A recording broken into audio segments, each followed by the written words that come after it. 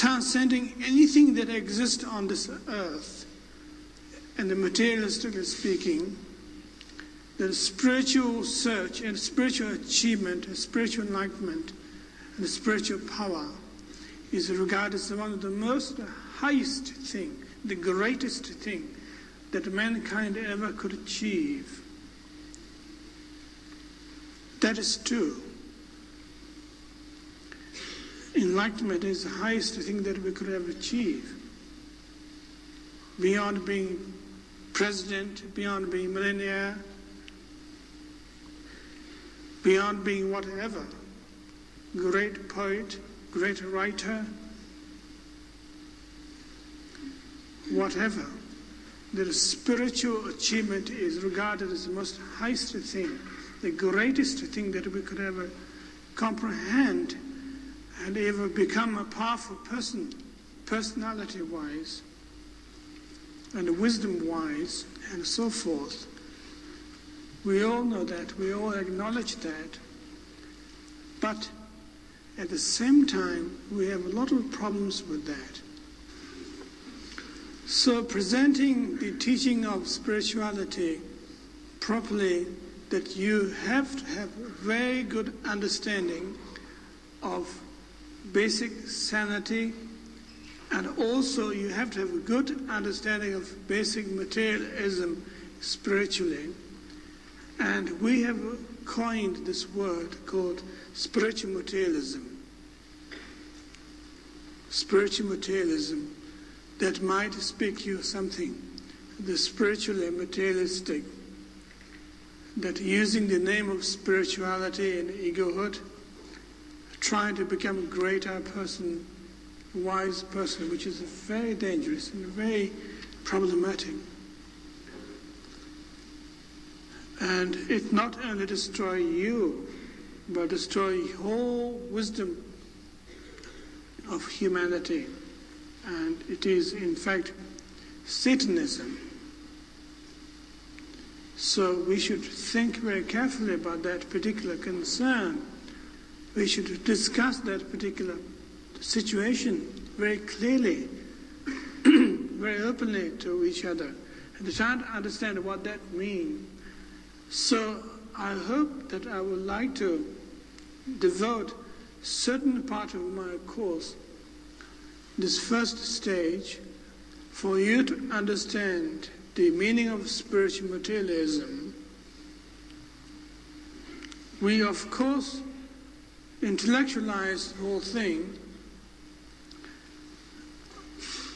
and we could also identify with ourselves, but I feel that whatever we do, both of those possibilities are open, that we shouldn't kid ourselves around. We're saying that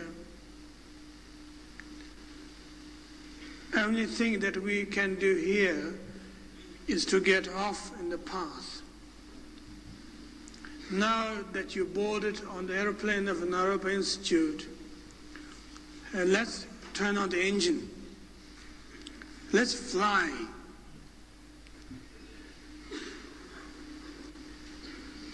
Let us make ourselves into a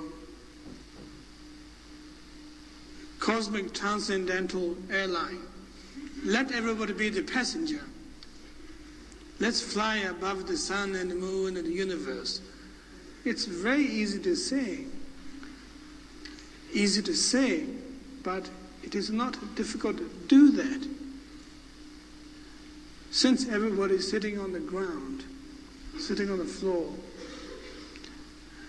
and nobody can get an inch off the ground if you want, physically and spiritually, absolutely not. Maybe psychologically you think you are doing, but then that is another spiritual materialism.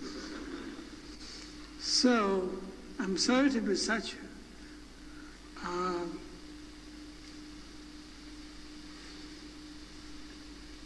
ordinary and down, but I think that particular approach is absolutely necessary in order to build this particular journey, which will take off the ground. Before we do that, we have to understand where we are. If you want to fly,